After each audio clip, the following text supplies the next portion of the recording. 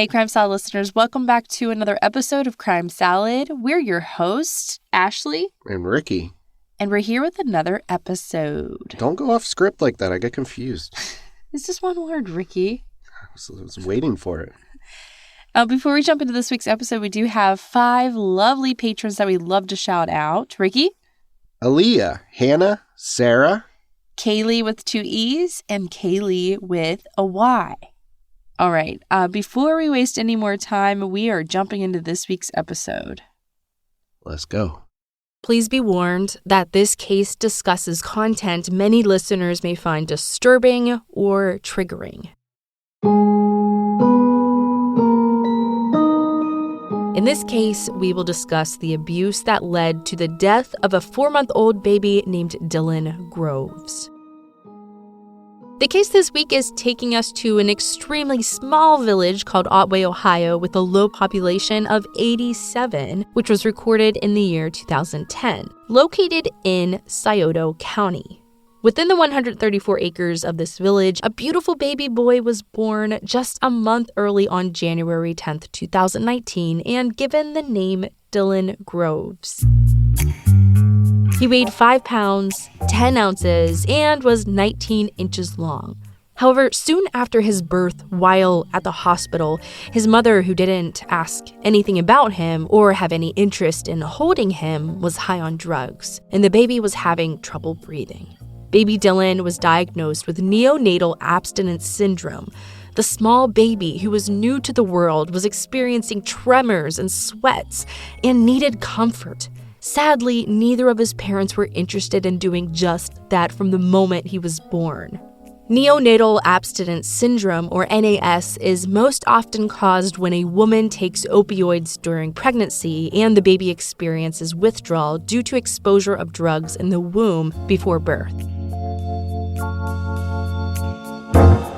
When a nurse asked Jessica why she didn't go to any prenatal visits, she said that she had used heroin and that she was always too high to go.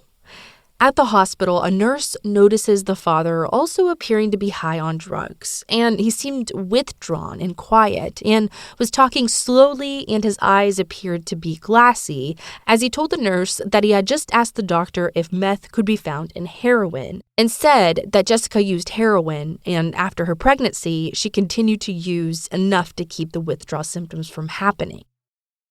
Jessica Groves, who was 39, and Daniel Groves, who was 41 at the time, were the biological parents to baby Dylan. Suspecting drugs in the baby's system, the nurses decided to test his umbilical cord. A baby's umbilical cord can be tested to detect drugs even going as far as 20 weeks prior to birth, according to USDTL.com. And what they discovered was disturbing. The lab report detailed that Dylan contained methamphetamine, amphetamine, fentanyl, and opiates, as well as morphine. This poor baby.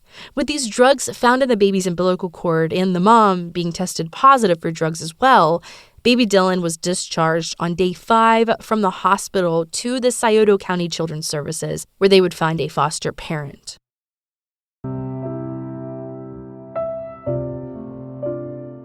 On January 15th, foster mother Andrea Bowling received a call from Children's Services.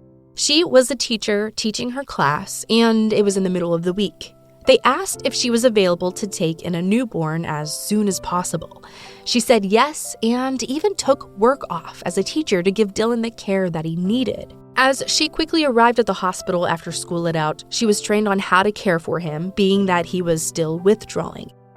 Once he completed a few tests, he was discharged from the hospital. Andrea scrambled around getting things off her friends and family, a crib, blankets, clothes, and diapers. She needed everything, but was willing to give everything to him, everything that he needed. She was on a mission to give this baby a better life, even though she knew that the ultimate goal for foster care is to reunite the child with the family eventually.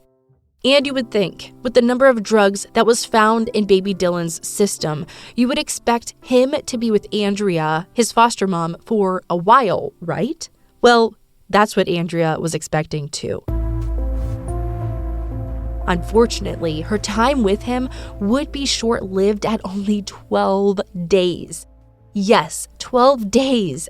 Mind you, after being discharged from the hospital, after baby Dylan was born, showing signs of withdrawal. And don't worry, we will circle back to the reasoning as to why it was only 12 days in just a second. But just in that short amount of time, baby Dylan was in the loving, caring arms of Andrea Bowling.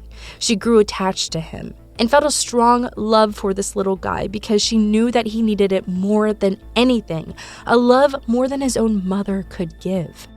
Andrea clearly had a strong, amazing heart to take in Dylan because Andrea will have to face one of the hardest things a foster parent has to do. It was on Monday, January 28th, 2019, that baby Dylan was to be reunited with his biological father. I know what you're thinking. How? How in the world does this happen? 12 days in foster care is not long enough considering the circumstances. What made them think in 12 days things would be different? That the parents would be just magically clean and the baby would be in a safe environment? I mean, the parents were witnessed by nurses at the hospital appearing to be on drugs and completely not interested in wanting anything to do with the baby. It's mind-blowing. Doesn't this raise any red flags? Well, to some, but to Children's Services, they didn't see the father as a concern. The reasoning was that he didn't have a criminal history, and he ended up passing a urine test with negative results twice on 2 different visits. Now, if you're getting any suspicions here, it's because you already know. Yep, Daniel used someone else's urine, specifically his 15-year-old son's urine to pass with flying colors. Go figure.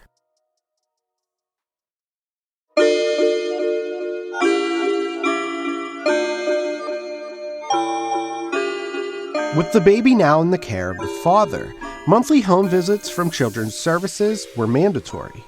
At first, there were successful home visits, but these were in between a lot of missed calls and unanswered voicemails from Children's Services. During the first 2 visits, it was said by a caseworker that baby Dylan appeared to be well-dressed, healthy, and gained some weight from his last doctor's appointment. And he didn't have any injuries present. The father mentioned that Jessica would come to the house, but was only at his house during the day. Police visited the home on May 20th, 2019, as the driveway was cabled off and motion detectors were installed. No one appeared at home. After a chat with the neighbors asking questions about the couple, off in the distance, police spotted a couple on a 4-wheeler. As he attempted to stop them, the couple took off. So with suspicion rising and baby Dylan in possible danger, police were able to obtain a search warrant. It wasn't until June 10, 2019, that the Groves residents were surrounded by the Scioto County Sheriff's Department. Alongside the Sheriff's Department were the Southern Ohio Drug Task Force and the Ohio State Highway Patrol, demanding for them to surrender. This all takes place on Mount Hope Road, an area surrounded by a thicket of trees. Jessica opens the door within 30 minutes of the place being surrounded, and it was noted that she was belligerent. Though law enforcement demanded that the parents show their son was healthy and alive, they refused. Hours later, police sent in a robot to help locate Daniel Groves, who was refusing to come out. They were then brought in for questioning. Jessica claims that Children's Services has baby Dylan. And as for the father, he was rolling on the floor in the interrogation room, dope sick. Daniel also claims that Children's Services took Dylan. But eventually, this obvious lie doesn't last. Eventually, he tells the officers that Dylan is dead.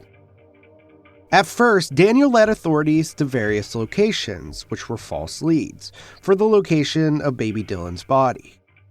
Finally, everyone arrived at a well that was 40 feet deep in the middle of a field. What ensues next is a 3-hour process involving the fire department and this well. They had managed to drain some of the water, but they still had about 10 feet. It seemed impossible to reach the bottom of the well. For 3 hours, the fire department used a hook-like object to fish around the well, And finally, they snagged onto a container-like object. Finally, we have all the details we need about this absolutely horrific case. It turns out Jessica and Daniel had placed Dylan inside a heavy round metal ring, whose function was clearly to act as a weight to sink him down to the bottom of the well. There were roughly 18 different rocks that had been dropped into the well that came to rest on the makeshift milk crate coffin. And lastly, we find out yet again, Dylan's body tested positive for drugs, likely because he never recovered from the drugs transferred to him through his mother's body during pregnancy. When Dr. Susan Brown received Dylan's body for inspection, it arrived still encased in the crate and weighted down with rocks. Presumably, the authorities needed the body to remain intact, though it must have been disturbing to receive those milk crates given the state they were in. To add to the horrifying chain of events, Dr. Brown adds that some of Dylan's injuries were in the process of healing, whereas others weren't.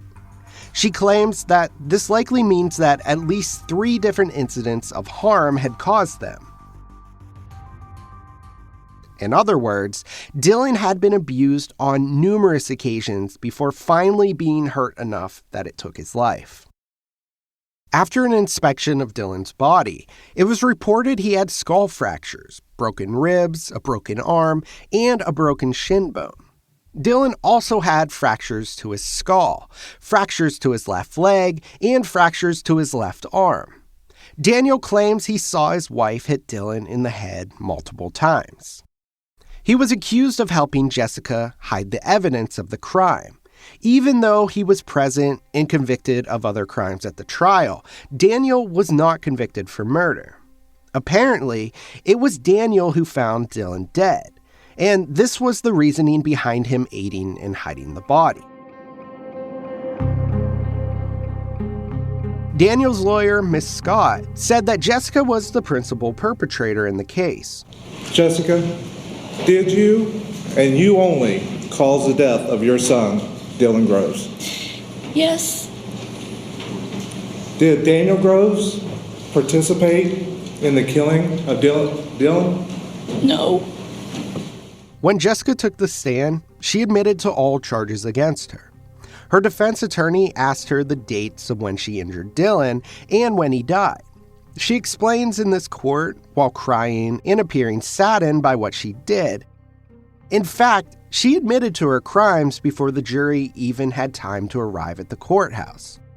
Jessica had also admitted to having used drugs during the time she was pregnant with Dylan, a fact that she somehow managed to hide from her husband. In fact, when Daniel was asked if he noticed Jessica was under the influence, he said no, which is an incredibly hard to believe statement, considering all of the red flags Jessica was giving off to anyone she was in contact with. Now, when the defense attorney had no further questions, the fierce prosecutor named Julie Hutchinson is signaled to question Jessica. Without wasting time, she jumps straight to the point. Even though Jessica admits to her crimes at the beginning of the trial, she starts to turn her story into a series of events that she doesn't remember. And then her tears turn to anger when the prosecutor presses her to answer how she killed her baby. Tell the jury how you killed this baby. It was an accident. Not your excuse. How did you murder this baby? How did you cause these injuries?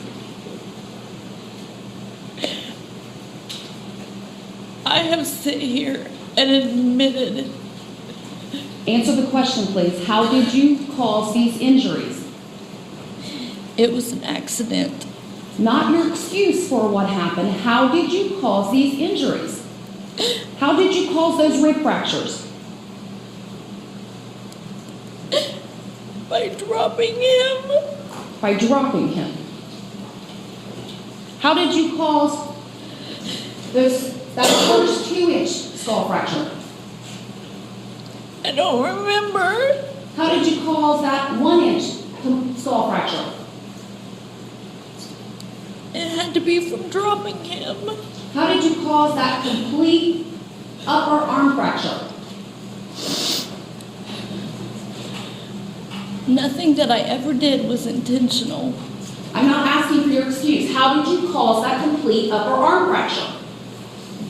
Tell the jury. I have to live with this for the rest of my Answer the question. life. How did you cause that complete? You have devoured my family. Ms. Groves, you answer the questions that are asked of you.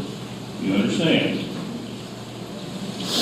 I've admitted to my guilt. How did you And I have to live without my children. I'm done talking to you. You are talking to me because you're sitting on the witness stand. Tell them how you caused that injury. Judge, I ask you to instruct the witness to answer the question. Ms. Groves, by testifying, you're subject to cross-examination. You have to answer the questions on cross-examination that are relevant to these proceedings. This question is a relevant question. You will answer the question at this time. Throughout the trial, Jessica can be seen holding her face and is unable to answer the question for quite some time. It's at this time that Jessica has to leave the stand, and the court is temporarily excused. When they return, Jessica still doesn't remember how she gave baby Dylan the fracture. Remember? You don't remember? No, I don't. You remember the day you said the injuries were caused on the 27th, and he died on the 28th, so you remember all that detail. But you don't remember how you caused that upper arm fracture. No, I don't.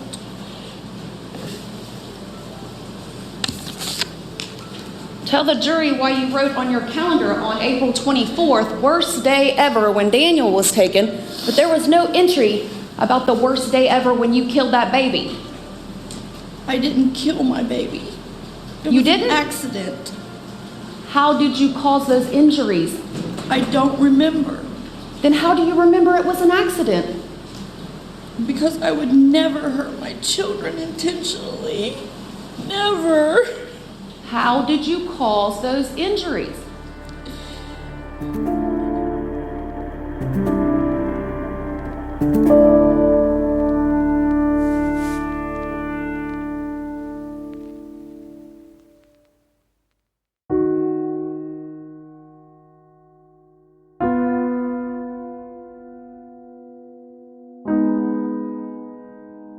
The foster mother, Andrea Bowling, testified in court. It's a very emotional, heart-wrenching moment for her as she sits on the stand, being that one and only voice for Dylan. That voice he didn't even have. The pressure to be sat in front of the court, reliving her time with this little baby boy, rethinking the last moments with him and knowing where he ended up, is so heartbreaking. She detailed the process of her time at the hospital, the moments of taking baby Dylan home with her, the awful tremors in his arms and legs and full body sweats. And when he wasn't sleeping, he preferred to be held and to have someone remain close to him. Andrea went over the first time she met with the biological parents. It was Wednesday, January 23rd, and it was for a scheduled visitation organized by Children's Services, a time specifically for the biological parents to spend time with baby Dylan for an hour alone. Although the short 5 minutes of meeting the parents, Andrea describes the demeanor of Jessica when she first arrives. What kind of behavior was Mrs. Groves exhibiting? She was kind of flailing her arms around, and she was really happy and excited and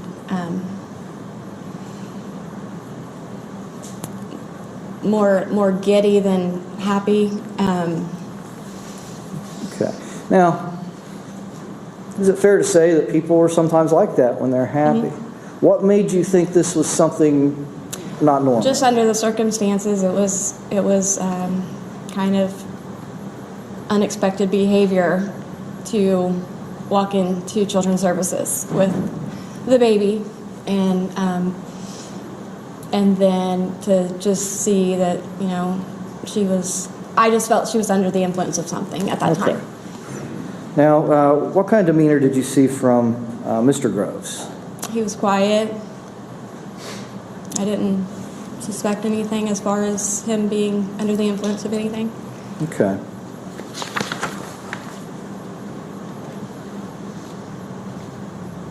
With regard to their demeanor. Throughout this time, Andrea had remained in constant contact with the Scioto County Children's Services, even seeming worried and asking if they would drug test the parents. Just like any foster care, the ultimate goal is to get the child reunited with their biological parents. But even Andrea expressed her opinion in court. At some point, were you advised that Dylan was going to be placed back with his parents? I assumed he would be eventually, not in 12 days, but eventually.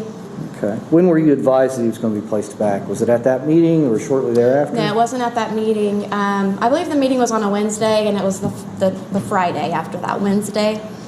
I had actually called Children's Services to find out when our next visit was going to be, because normally you have a weekly visit. And I was just calling to find out when our next visit was going to be so that I could, just have it on my schedule. Okay.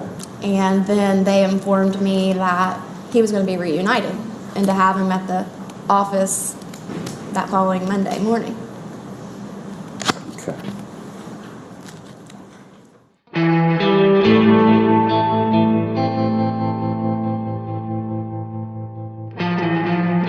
You heard that right. That Friday, the 25th, Andrea was told by Children's Services that baby Dylan was to be reunited with his father first thing Monday morning. It's mind-blowing to think how they would even see this living situation safe for a newborn. Packing up baby Dylan's things was hard for Andrea. As she described this moment in court, you can tell in her heart it wasn't right. Being a foster mom, she couldn't do much about it. She voiced her opinion to Children's Services, and she even gave the father a letter along with the baby's belongings that gave them a chance to reach out to her any time. She was just a phone call away. I was getting Dylan's belongings together.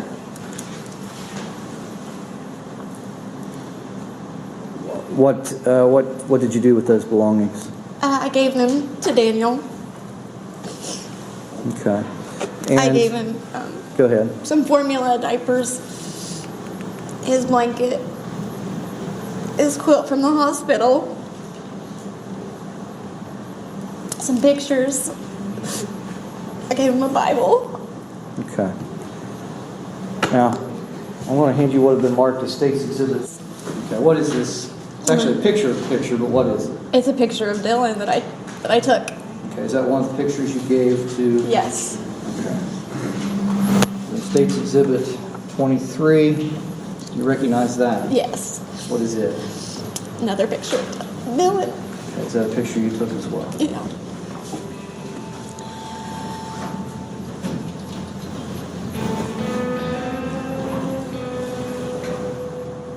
State's Exhibit 22, Your Honor. The jury's view. State's Exhibit 23. Did you provide Daniel with anything else besides the... I gave him a letter to him and Jessica. Okay. And did you provide your number or anything of that? I did.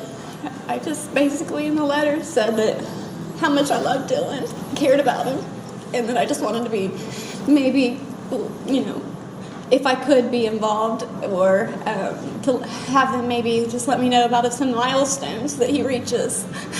Did you offer to help if they were needing help? I did. I said, if you ever need anything, to call me, and I gave him my phone number. Did they ever reach out to you after that? No.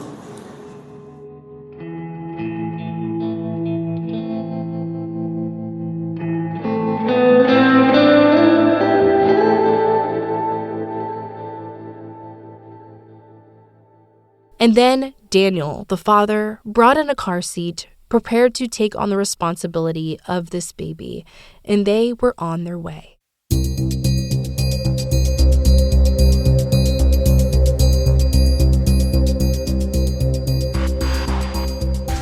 Now, Jessica and Daniel weren't the only two people charged for the death of baby Dylan. There were 2 former Scioto County Children's Services workers that were charged in connection with his death. Lisa Thomas was charged with 4 counts of endangering children, and the other worker, Renee Jin, was charged for 3 counts of endangering children. Renee was also charged for tampering with records and evidence. To make matters way worse, Dylan is not the only child to be failed by the Scioto County Children's Services, along with these 2 employees. Annabelle Green was 5 years old when she was murdered by the very people that Children's Services thought was the best fit. But really, they weren't a good fit at all by their records, as she was found murdered and covered in injuries and bruises head to toe. Alarming signs of physical abuse. Annabelle Green was in the care of her grandparents, Richard Green Sr. and stepmother Sonia Green, while her father was in rehab. Police stated that the couple had records of child abuse. Specifically, Sonia Green was previously charged with child endangerment. And as for the grandfather, Richard, he had a rather lengthy criminal history that included theft, weapon, and drug charges.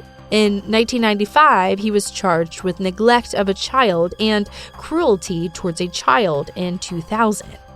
And it took until July 2020 to even raise an eyebrow that these people were not a good fit when Annabelle was viciously murdered. Although they didn't go into detail, investigators looked further into Annabelle's case, and they also shared that the 2 were charged with rape as well in connection with Annabelle Green's case.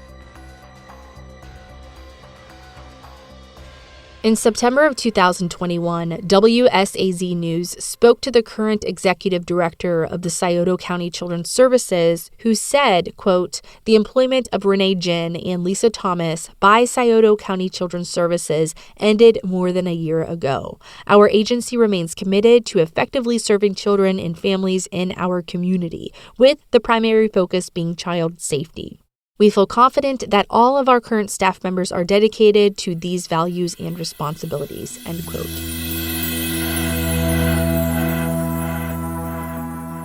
The opioid crisis was brought to national attention because of Dylan's case. And as a result, the director of the Scioto County Children's Services, Laura Fuller, stepped down after the investigation showed that the agency had mishandled Dylan's case.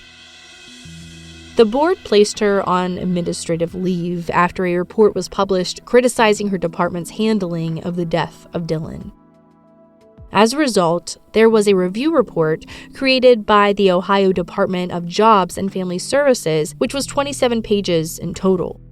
4 of those pages of the report focus on the death of Dylan. Since then, a brand new Scioto County Children's Services director named Jason Mantell is taking control. His goal is to double-check all background screenings on the county's current foster placements.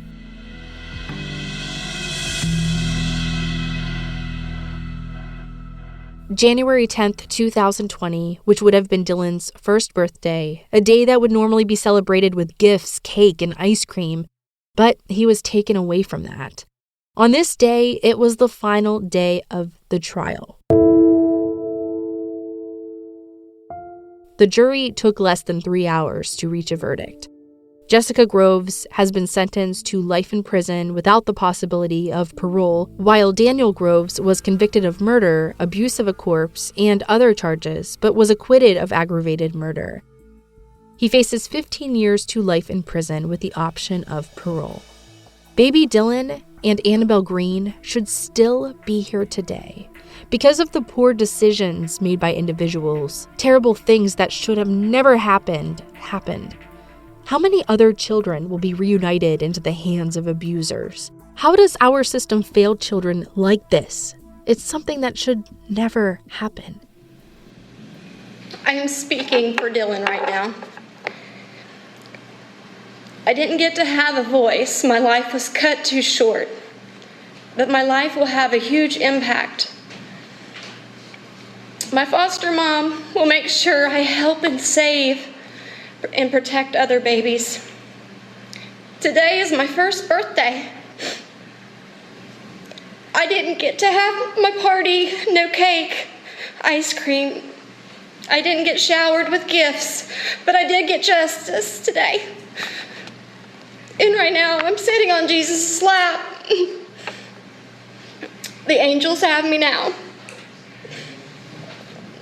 My chance to have an earthly life was taken way too soon. No chance to learn to ride a bike, to learn to fish or play baseball.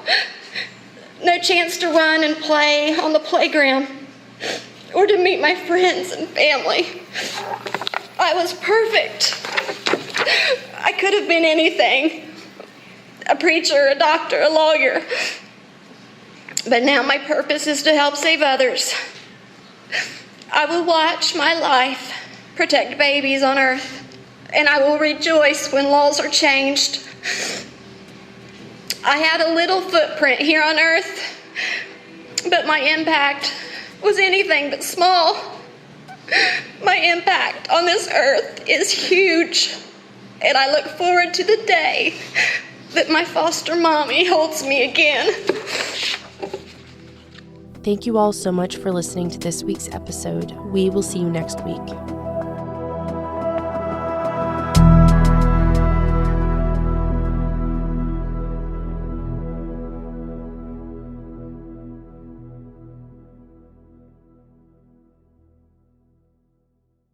Crime Salad is a Weird Salad production. Are you kidding me? That was perfect.